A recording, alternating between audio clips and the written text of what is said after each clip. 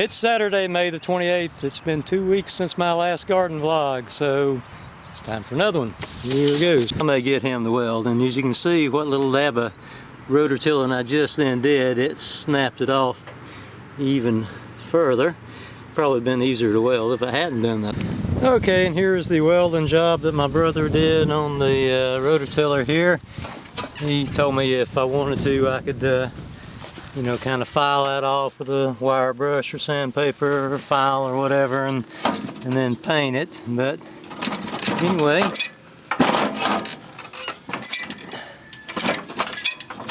seems to be good and solid here for the time being.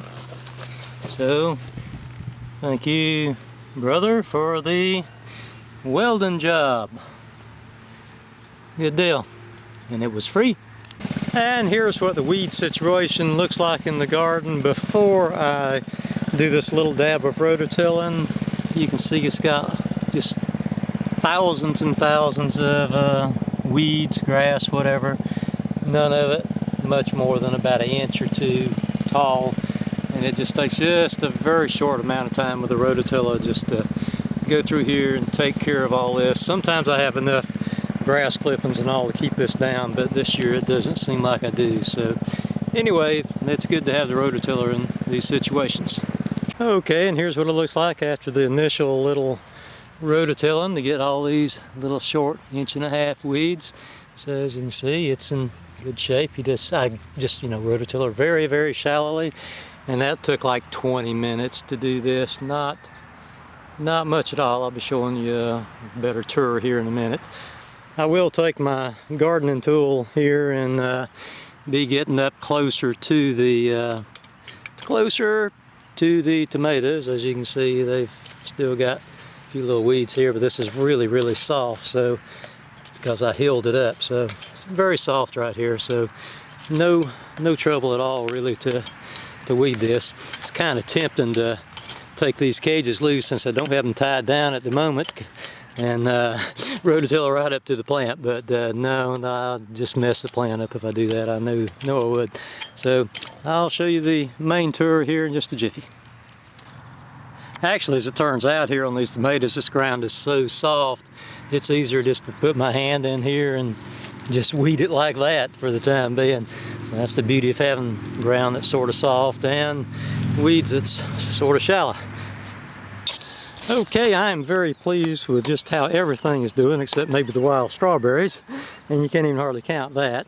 My 5 tomato plants, well, I don't know, they all look pretty much the same here. And here's this one for an example. I really think they're maybe a little shorter than they were to this stage last year, but these are much healthier.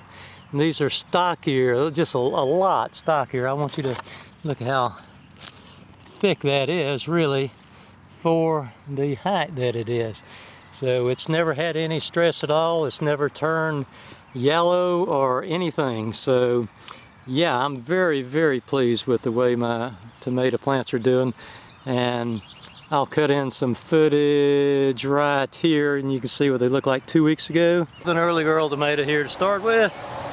See what kind of root structure this sucker's got.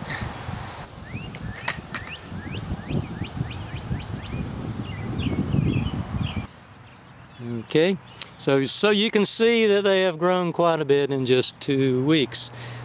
And okay, let's come up here to the pepper plants. And one thing I've done on my peppers, these here I stick them in the ground and I keep losing them. So I found out I can just stick them on the cage wire. There's a little sharp thing there, and I can just, you know, twist and twist until it sticks on there. And of course, as a Hillglen California Wonder, I won't run down all the types again. I did that last week. But anyway, this is the size they are. And I'll cut in a little footage from 2 weeks ago so you can see how much they've grown. These are pizza peppers, or that one there is anyway. Maybe this one too, I can't remember. Okay, so you can see they've grown quite a bit.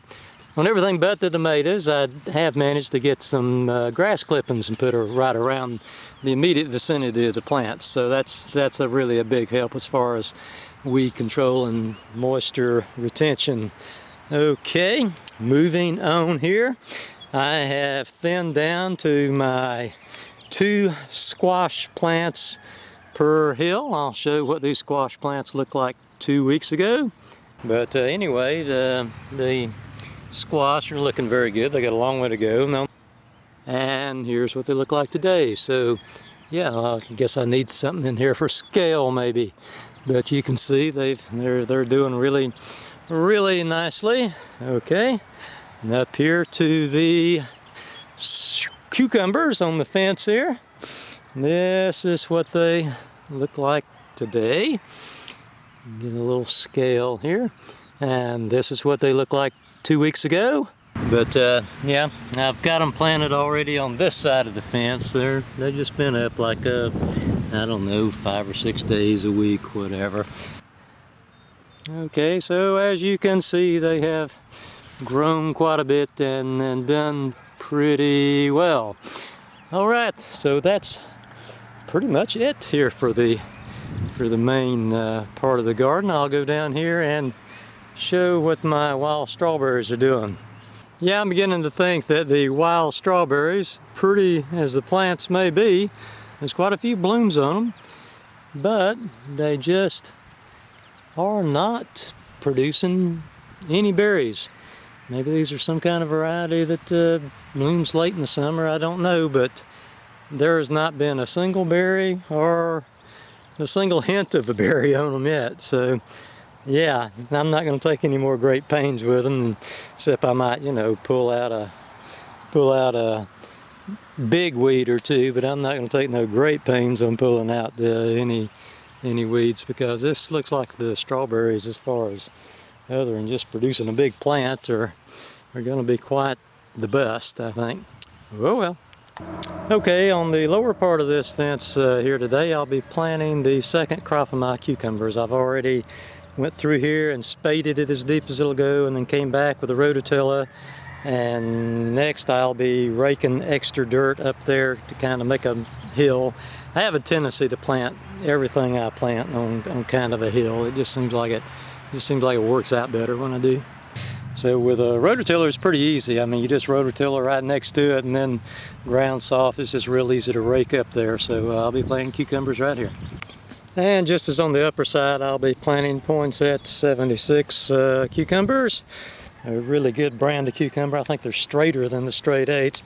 And unless you watch it in high def and wait for everything on YouTube to get the resolution correct and all, you won't be able to see them, I don't think.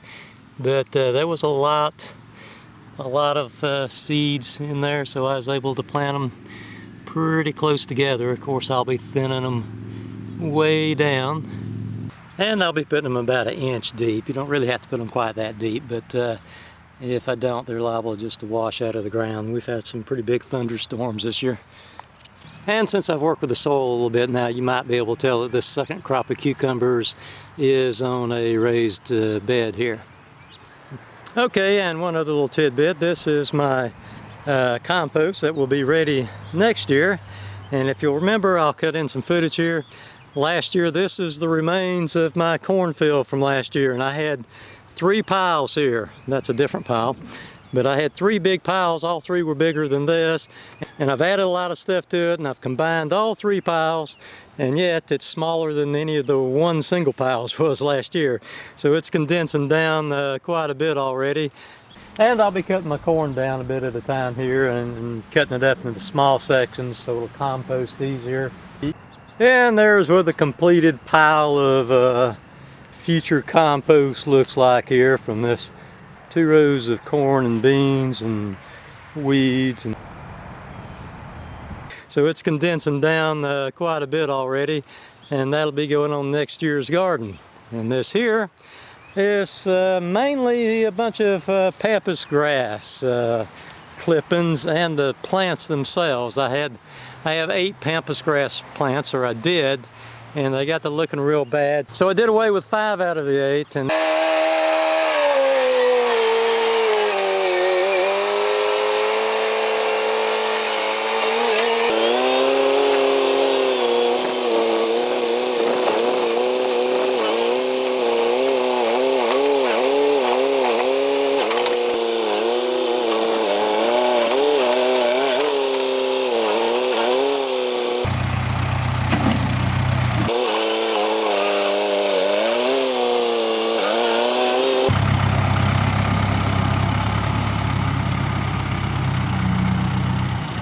out and then cut the other 3 way back. I'm leaving these 3 right here.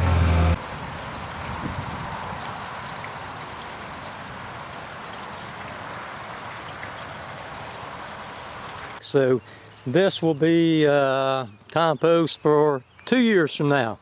So there's next year's compost and 2 years from now. And of course I'll keep adding peelings and everything to this pile here. So I think that's just, whoa, too close.